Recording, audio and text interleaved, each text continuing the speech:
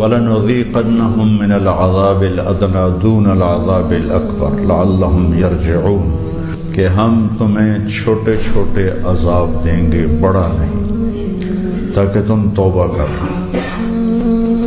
تو یہ موسم کا بگاڑ، یہ بھی ایک چھوٹا سا تھپڑ ہے اللہ کی طرف سے کہ ہم توبہ کریں۔ تو یہ قصہ سنا کے کہنے لگا امیر المومنین، یہ جو بارش نہیں ہو رہی، اگر یہ زمین کی آفت ہوتی تو آپ اس کا مقابلہ کرتے، یہ تو آسمان کی آفت ہے، اس کو مناؤ جو اوپر ہے۔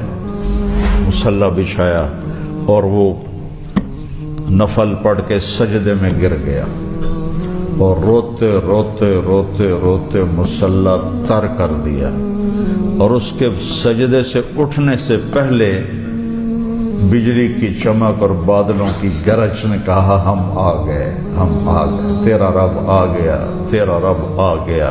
اور پورے ملک میں بارش۔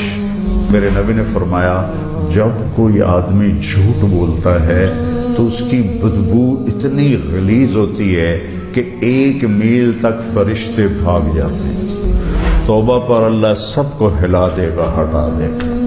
یہ عمل میں اتنی اللہ نے طاقت رکھی ہے کہ یہ دنیا کو تباہ بھی کر لیتا ہے اور دنیا کو آباد بھی کر لیتا ہے۔ کوئی سچا آدمی تو دکھاؤ جو سچ بول کے سودا کر رہا ہو۔ ان دفتروں میں چلے جاؤ، کوئی رشوت کے بغیر کام کر رہا، سود، جھوٹ، قتل، زنا کے اڈے، شراب کے اڈے، جوئے کے اڈے، قبضہ گروپ، غریبوں پہ ظلم، بادشاہوں کا ظلم تو ہوتا ہی ہے۔